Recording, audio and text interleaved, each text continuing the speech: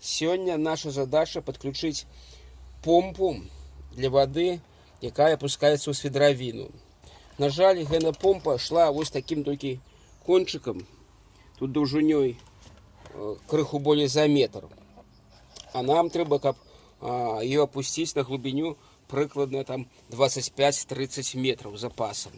Первое, что мы зробим, это мы подобрали вот такие кабель. Это кабель КГ 3 на 2,5 у резиновой такой изоляции, у гумовой изоляции. У необходную колькость мы его даўжыню знайшлі. Потом мы померяем супротив обмоток самой помпы, потому что новая, но на всякий выпадок. Поглядим, как и самим потом ведать. Вот 9 Ом. Ну, зразумела, поглядим, что робится на землю. На землю все выдатно, ничего нигде не звонится. Помпа будем лічыць пригодная для подключения. Мы злучили дроты от помпы, дрот які пойдзе далей, и будем их не паять, а будем варыць з дапамогай вось гэтага сварачнага апарата. Гэта трансформатор звычайны. Мы будем выкарыстоўваць 42-5, 37 вольт для сварки.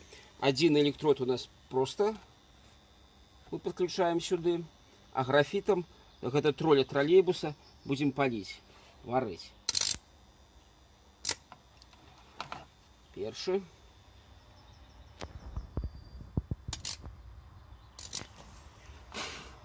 Другий.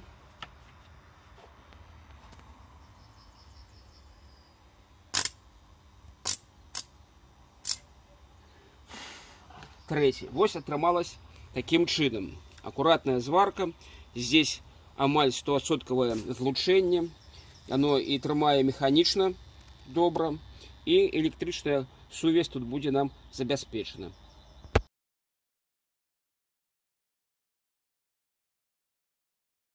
Усадачная апранута. Так само мы сюда еще покладем клей расплав. Специальный клей, каб он там расплавился и наши злучения были было на их ахову от воды. Вот таким чином. И потом будем феном греть.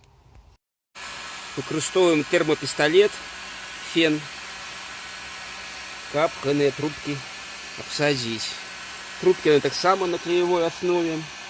И той клей, что мы добавили, дадут нам надежную изоляцию от воды, ахову от воды.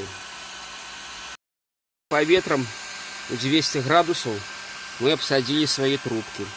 Зараз сверху будем одевать другую аховную трубку. Сверху кабеля натягнул вот такую трубку. Так само здесь клей расплав заклал с двух боков. И на 200 градусов буду ее обтискать.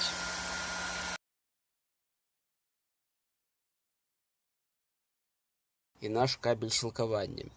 Калі вось гэты кабель у нас, калі паглядзець, сячэнне яго 1 мм квадратны, то той кабель, які ідзе на сілкаванне, у нас 2,5 мм квадратных. Вось так. І, дарэчы, у комплекте да гэтай помпы шла вот такая стужка, як бы для герметизации гэтага злучэння. Но я мяркую, что гэта надзейней у разы няўжо вось гэтая стужка. Так, может, яна нам спатрэбіцца, але тут лепш зрабіць праз вось такую тэрмоусадачную трубку, вось такую муфту. Так будзе сапраўды добра працаваць. Для подключения другого конца кабеля сілкавання мы выкарыстаем вот такую вилку. Это фирмовая вилка Mennekes, зроблена ў Нямецчыне, у германцаў. Я лічу, што гэта одна из самых лепшых вилок, якія я сустракаў за сваю працу. Она сапраўды вельмі якасны пластик у яе. Но пластик это одно. Самое галоўнае гэта контакты. Калі тут прыглядзецца, тут бачна, якія таўстыя стеначки тут. И калі у турэцкіх альбо там у іншых вилках моцна доціскаешь, яны просто ломятся и выпадают. Так само, як і тут контакт до зямлення, пластынка. Незвычайная фольга, а ўсё зроблена як патрэбна. И тут у нас ўсё праз железныя винты крэпіцца, вельмі добра, зручна. і будзе працаваць яна доўга і надзейна. Включили 0 земля фаза, і фаза мы пазначым чорным колерам, каб потым, калі будзем падключаць ужо да сістэмы аўтаматыкі, таксама фаза супадала з фазай з аўтаматыкі. І простенько яе одеваем, закручиваем 2 самарэзы, і все будзе добра. Калі мы ўсё сабралі, таксама праверым супраціў нашай помпачкі. Вось, дарэчы, атрымалася 10 Ом. Супраціў падняўся на 1 Ом.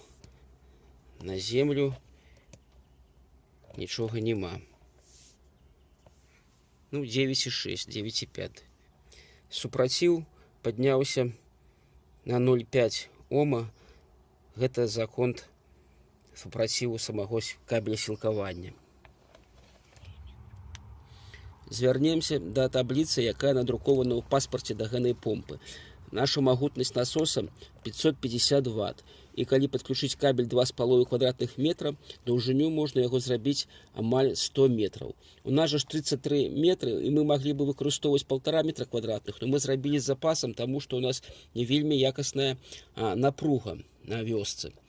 Бываюць такія падзенні, узвышэнні, хтосьці працуе сварачным апаратам, а гэны насос, ён такі дастаткова требовательны да напругі, таму што ў яго дапускаецца толькі 6% альбо ў бок павелічэння, альбо ў бок паніжэння. А калі у нас напруга 160 бывае вольт, 180 вольт, то гэта не вельмі добра. Таму такі магутны кабель 3 на 2,5 мы заклалі.